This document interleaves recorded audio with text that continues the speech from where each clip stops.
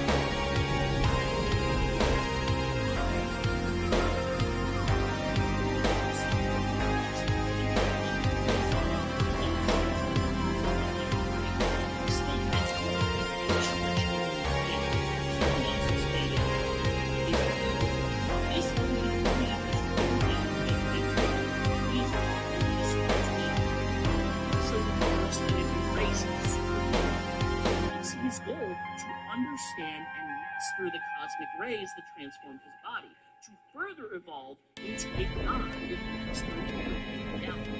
Essentially, he intuits that something like Franklin Richards is possible, and makes it his goal to recognize that his body no longer follows conventional physical laws, and his mind is similarly unbound by rudimentary frameworks that have prevented humanity from achieving godliness. Dr. Richards, however, is the exception. By kidnapping new test subjects. First, those he was once close with, his ex-girlfriend Susan Storm, her brother Johnny, and his childhood friend Ben Grimm.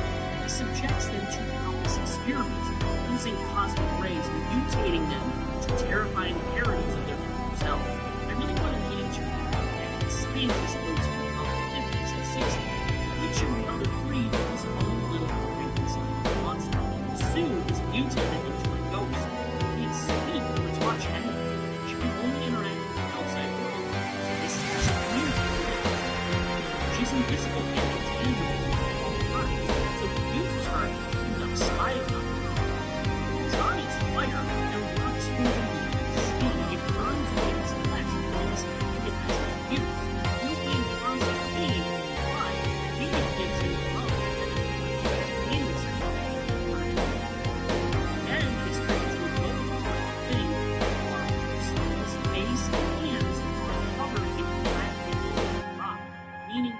No eyes to see, no ears, no mouth, not even fingers. Sue can at least observe the outside world, and is reduced to a first existence of silence. The only thing he can hear are Reed's commands, sent to him through telepathic instruction. And if he chooses to disobey, he gets punished with days of silence. Dr. Richards uses his growing army of monsters to establish for himself a base of operations in a remote part of Eastern Europe, and sends them out on missions to steal technology and resources to help conduct research. He is a heartless scientist gone mad with power. It would take a supernatural miracle to finally put an end to his schemes. But speaking of supernatural, Victor Von Doom is the armored monarch of Latveria, the man who turned scarred pride into a global religion and decided the world was broken because it lacked him at the center. Born in a Romani camp under a baron's boot, he taught himself sorcery from forbidden books and science from stolen scraps, promising his dying mother he would conquer death itself, both to save her and to put himself in the good. One reckless experiment to leave her soul in hell went wrong. One tiny miscalculation, and at last left his face ruined, hard and scarred. He was cursed with an imperfection that was undeniable by all who saw it. But Doom's pride was so great that he rejected the imperfection and declared that the universe was guilty, sentencing it to kneel to him. That day, he built himself an iron mask, and while it was still hot from forging, pressed it onto his face, vowing to never again remove it in public. On that day, he became Dr. Doom, a genius beyond all others, including Reed Richards, according to himself. He's a sorcerer rivaling strange, and tyrant who rules his own nation with a literal iron fist. But what's particularly interesting is that his subjects actually really love him. Despite his dictatorial rule, Doom is right about pretty much everything, so living in that area is kind of the best. In fact, he's all but had confirmed that his genius could save the entire world if he was just able to conquer his pride. The pride that makes him hate the one mind who truly challenges him, Reed Richards. Doom hates Richards so damn much. It's unbelievable, because he's basically like Doom's facial scar as a person, a constant reminder of his imperfection. But that said, Doom very much lives up to the second smartest guy ever role. His magically infused armor is strong enough to tank punches from Hulk. His army of Doombots have fooled even the gods, and he's held impossible powers like the Infinity Gauntlet and Energy of the Yonders just because he wanted to prove that he could. Dr. Doom is the ultimate bad guy, the pinnacle of technology and magic, wrapped up in the coldest, most vindictive, and spiteful heart a human can muster. And that is why we love it. I'm sure you can imagine transforming him into a hero was a bit of an undertaking, but honestly, he was the most fun. Born into a peaceful country protected by a brave knight, with centuries-old family of Romani mystics, Victor Von Doom chose to dedicate his son to magic at his mother of her early onset Alzheimer's. In a few short years, he had become the greatest mage their family had ever known, but it wasn't enough. His mother passed away from He was going to see battle with her. He stumbled onto an earth-shattering revelation. The Von Doom family had been blessed a millennia ago by the sorcerer Merlin, who gifted set magical armor with the power to topple armies. But there was a catch. The armor was tied to the virtue of humility. All who got it swear an oath of humility, promising to never boast and never seek to understand the way the magic works. The arcane magics are from a higher power, and not for mortal eyes to see, not for mortal minds to understand.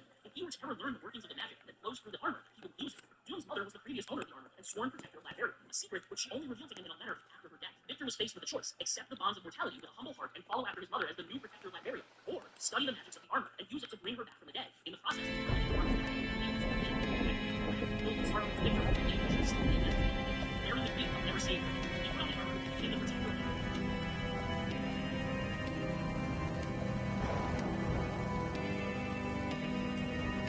What's up, guys? My name is Rick Hall, and we're going to do a Get Ready with Me for gaming. As Doom Knight, Victor is practically unstoppable. The burning magic blade that can cut through anything, and spells, create shields, portals, illusions, and duplicates of himself. He battles the mystical and military threats against all legends. He never removes his mask, so no one will give him praise for his heroic action. He's known by the people of Latveria as their silent protector, an unknown hero tied to honor and destined to die protecting the innocent. And when Reed Richards chooses a Latverian mountain range to build his remote laboratory and kidnaps Latverian citizens for his twisted experimentation, Doom Knight is the one who storms his castle. Their rivalry becomes the stuff of legends. Doom Knight forced to do battle with his transformed countrymen, swallowing his pity for Sue, Johnny, and Ben as he's forced to fight them over and over again. Every time, Reed has some new scientific order to throw him. Victor barely escapes his life. One day, he will likely die in battle, falling in a tragic fight against the invading Dr. Richards. The day that happens, Victor will finally be reunited with his mother in heaven. Down, down, down, down.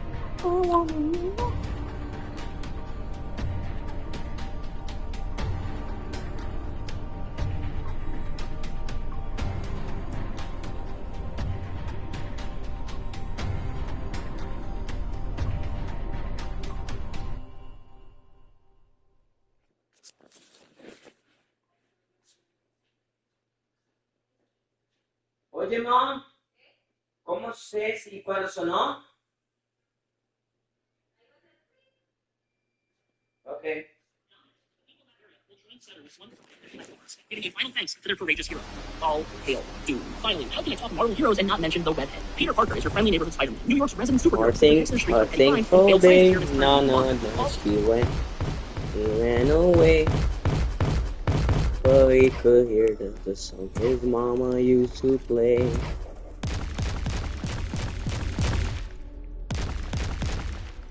Oh yes, the power of air. I mean, airbender.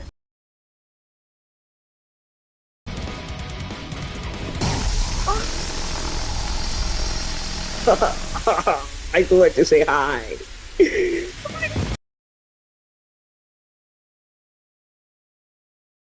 Myself, of course.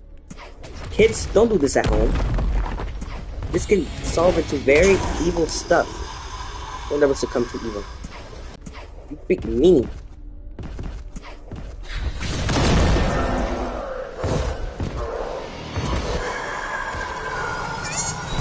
You guys are meanies. They.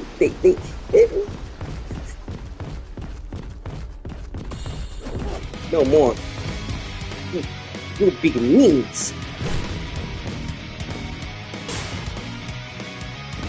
You guys are meanies. Why do you hit me?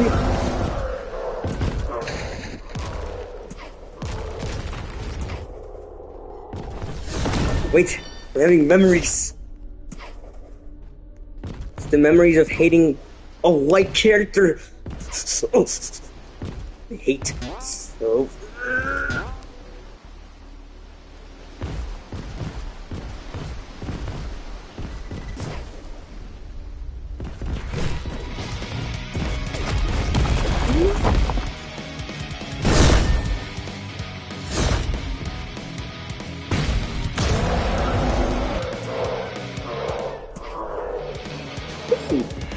A Sonic.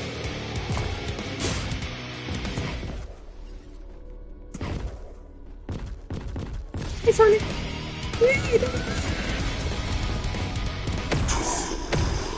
I know, I just feel a lot of hatred when I see this white character.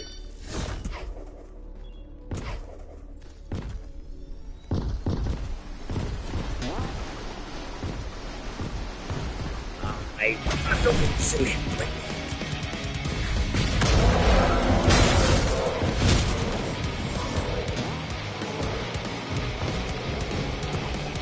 so rude.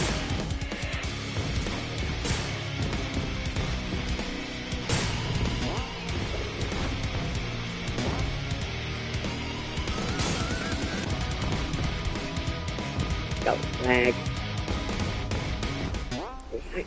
Why am I so bad right now? I'm fucking killing Solar.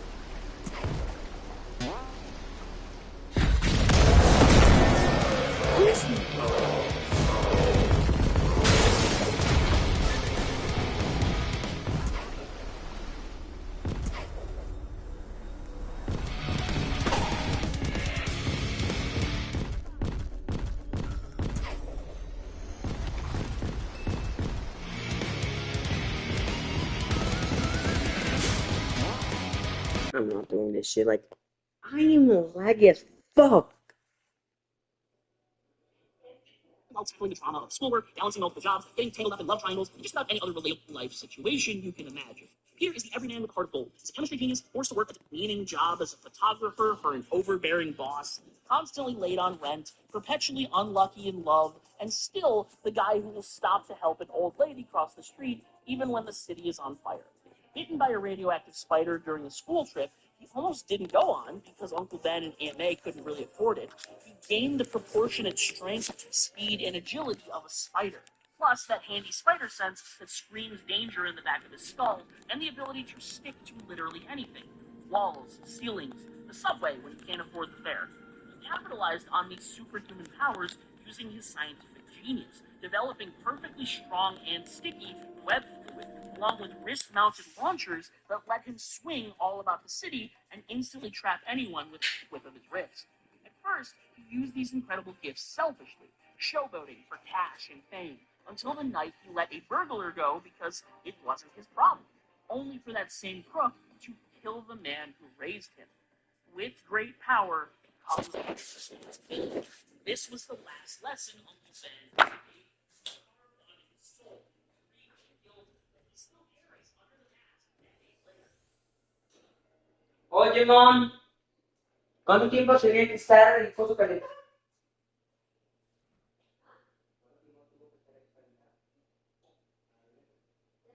Yo creo que sí.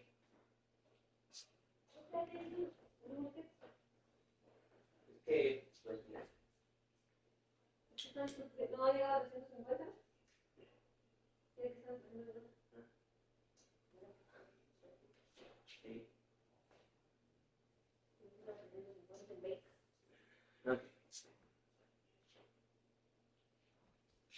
Dice que tiene que ser.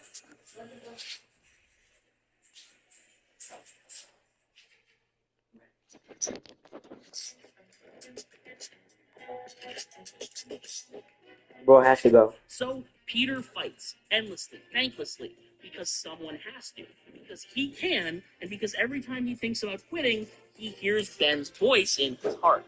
That is Peter Parker, a walking paradox of bad luck and unbreakable pieces. Now, before I explain what Spider-Man would be like as a hero, I want to do this section a little differently, explaining both the hero and the villain at the same time. I think it'll just gel better. You'll see why at the end. Peter has faced plenty of terrible villains, but none has been a greater threat on his life than the Green Goblin. Norman Osborn is New York's most brilliant monster, the devil who wears a billionaire's smile by day and a jagged purple and green grin by night.